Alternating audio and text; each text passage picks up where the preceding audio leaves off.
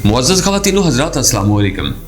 नाज़रीन मोहतरम, जब से पाकिस्तान और बांग्लादेश के ताल्लुकात में बेहतरी आई है तब से भारत के पेट में मरोड़ उठना शुरू हो गए हैं और सोने पे सुहागा ये हुआ है कि बांग्लादेश में भारत का पाकिस्तान एंटी नेटवर्क जो काम कर रहा था वो बांग्लादेश ने पाकिस्तान से ताल्लुकात मजीद बेहतर करने के लिए पकड़वा दिया है और भारत की बहुत बड़ी साजिश को बेनकाब करके बांग्लादेश ने पाकिस्तान को अपने मुखलिस होने का सबूत फराहम किया है, जिसकी वजह से भारतीय सरकार अपने बाल नोचने पर मजबूर हो चुकी है।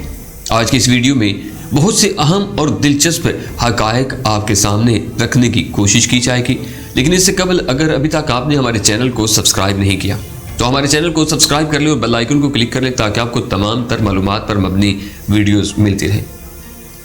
मुअज़्ज़ज़ नाज़रीन इकराम, पाकिस्तान के खिलाफ झूठा सच्चा प्रोपेगेंडा करने में भारत की कोई मिसाल नहीं है। इस तरह का प्रोपेगेंडा बरतानिया भी नहीं करता। दूसरी जंग अजीम पर नजर दौड़ाई जाए तो मालूम होता है कि बरतानिया ने झूठी खबरें नशर करके जर्मनी को मुश्किलात का शिकार किया था। इसी वजह से यह जंग उसने जीत ली थी।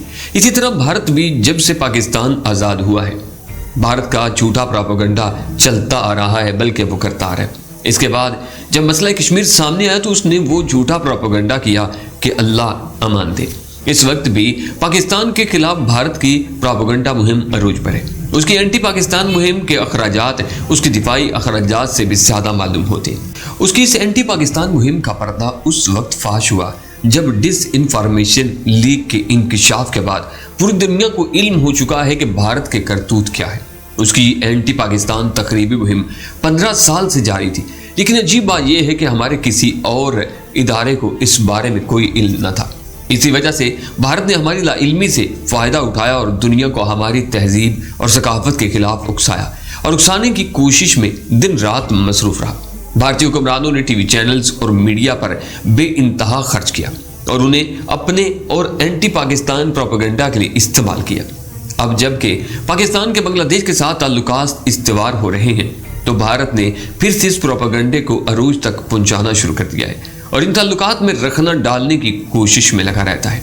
एक रोज पहले भारत ने पाक बांग्लादेश ताल्लुकात के खिलाफ एक ऐसी मुहिम शुरू की जिसका मास्टर माइंड जो बांग्लादेश में पाकिस्तान को बदनाम करने की मुहिम चला रहा है और भारतीय एजेंसी रा और उसके अफसर उसकी सरबराही कर रहे हैं, उस नेटवर्क के जरिए पाकिस्तान में दहशतगर्दी की वारदातें और बांग्लादेश को बदनाम करने की कोशिश की जा रही है। मोदी सरकार को ये खौफ सता रहा है कि बांग्लादेश के ताल्लुकात पाकिस्तान से इस्तेवार हो गए तो उसकी अहमियत खत्म हो जाएगी और बांग्लादेश पर उसका असर और रुसूख भी खत्म हो जाएगा। इसलिए वो इस कोशिश में है कि पाक बांग्ला ताल्लुकात में खलीज पैदा की जा सके। 5 अगस्त 2019 को मकबूजा कश्मीर में आर्टिकल 370 के खात्मे की वजह से बांग्लादेश ने सबसे बड़ा एहतजाज किया था। मोदी सरकार सिर्फ कश्मीर की वजह ही से पाकिस्तान के खिलाफ प्रोपेगेंडा करती है, वरना उसके सिवा उसके पास कोई जवाब नहीं है। भारत कश्मीर पर अपने कब्जे को कानूनी शक्ल देने और मुस्तकबिल में अपने कब्जे में लेने के लिए परतोड़ रहा है। अगरचे इन्होंने लालच में आकर कश्मीर में कब्जा कर तो लिया है, लेकिन ये उनके लिए मुसलसल दर्द सर बन चुका है। उसकी हिफाजत के लिए भारतीय बहुत बोझ उठा रहे हैं और उन पर इतना ज्यादा बोझ बढ़ चुका है कि उनकी समझ में कुछ भी नहीं आ रहा और दूसरी तरफ हुर्रियत पसंदों के मुतालबात उनकी जान को आए हुए हैं। भारत एक तरफ तो सलामती कौंसिल की करारदादों की खिलाफ वर्जी कर रहा है, दूसरी तरफ दुनिया में अपनी साख भी खराब कर रहा है। वो सलामती कौंसिल की करारदादों पर अमल करने से इसलिए कतराता है कि उसके नतीजे में कश्मीर उसके हाथ से निकल जाएगा। अगरचे कश्मीर में भारतीय जुल्म और तशद्दुद किसी से ठका छुपा नहीं है और आए दिन भारतीय फौजियों और कश्मीरियों के दरमियान खूनरेज झड़पें होती रहती हैं और हजारों मुजाहिदीन को शहीद कर दिया गया। बाज को पुलिस मुकाबले में और बाज को टार्चर सेलों में बंद करके शहीद किया गया। मोदी हुकूमत से पहले कांग्रेस हुकूमत इस लिहाज से बेहतर थी कि अगर वो कश्मीर पर अपना तसल्लुत रखना चाहती थी, लेकिन वो गाहे बगाहे पाकिस्तान से इस मसले पर बातचीत भी करती रहती थी। लेकिन इस नाजहर मोदी सरकार ने गुफ्तगू के सारे रास्ते बंद कर दिए और मुज़ाकरात से सरफे नजर कर लिया और न सिर्फ ये कि बल्कि कश्मीरियों पर जुल्म सितम की भी इंतहा कर दी। अजीब बात यह है कि अक़वाम मुत्तहिदा भी कश्मीर के मसले पर खामोश तमाशाई बनी बैठी है। उसकी शायद वजह यह है कि वीटो पावर रखने वाले मुल्क भारत के साथ नरम गोशा रखते हैं और उसके खिलाफ कोई मुस्बत इकदाम करने पर तैयार ही नहीं है। उसके बरक्स चीन ने इस मसले को अक़वाम मुत्तहिदा में बड़ी शद्दोमत के साथ उठाया है और उसके तमाम पहलुओं का जायजा लेते हुए अक़वाम मुत्तहिदा में करारदाद पेश की है। لیکن افسوس کی بات یہ ہے کہ ویٹو پاور رکھنے والے تمام ممالک میں سے کوئی بھی مسلمانوں کے حق میں آواز اٹھانے کے لیے تیار نہیں، خواہ وہ کشمیر ہو یا فلسطین۔ صرف خالی خولی ہمدردی تک ان کی سوچ محدود ہے۔ ناظرین، بھارت کی ڈھٹائی دیکھیے کہ پاکستان میں مسلسل دہشت گردی کی وارداتیں کرتے ہوئے بھی خود کو بھارت معصوم ہی سمجھتا ہے، اور اس نے بلوچستان میں اپنا نیٹ ورک بھی بنا رکھا ہے، جس کا مقصد سوائے اس کے اور کچھ نہیں کہ پاکستان میں عدم استحکام لایا جائے اور فرقہ واریت کی آگ لگائی جائے، جس طرح اس نے اپنے ملک میں لگا رکھی ہے۔ اس کے ساتھ اس کو بڑی تکلیف پاک چین سی پیک منصوبے کی بھی ہے، جس نے اس کی نیندیں حرام کی ہوئی ہیں، اور اس منصوبے کو ناکام کرنے کے تمام حربے برے کار لاتا جا رہا ہے۔ اگرچہ ہر دفعہ ناکامی کا منہ سے دیکھنا پڑتا ہے، پھر بھی شرم اس کو مگر نہیں آتی۔ ناظرین، اس سے پتہ چلتا ہے کہ سی پیک پاکستان کے اندر ایک تبدیلی لانے والا منصوبہ ہے اور پاکستان کی خوشحالی اور ترقی کا ضامن ہے۔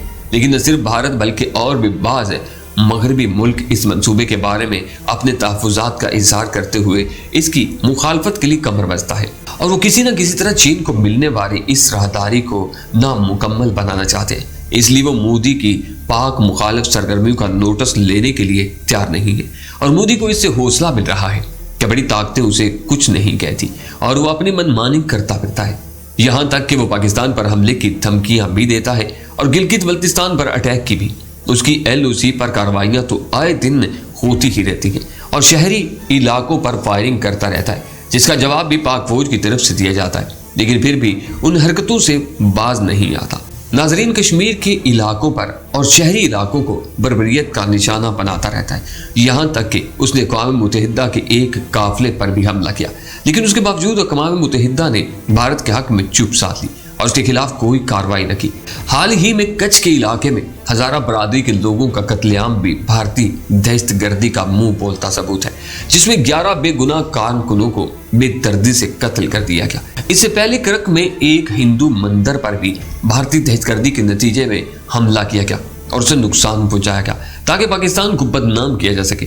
لیکن بھارت کے اندر جو ہندوانہ کارروائیوں کے نتیجے میں مسجدوں اور درباروں پر حملے ہوتے ہیں اور گاؤں کشی کا بہانہ بنا کر بے گناہ مسلمانوں کو شہید کر دیا جاتا ہے، اس کا ذکر تک بھارتی میڈیا نہیں کرتا ہے۔ اگرچہ پاک فوج نے بھارتی ایجنٹوں کو یہاں سے ختم کر دیا ہے، لیکن اب ضرورت اس بات کی ہے کہ بھارت کو ملٹی میڈیا کے ذریعے بھی بدنام کیا جائے اور اس کا مکروہ چہرہ دنیا کو دکھایا جائے۔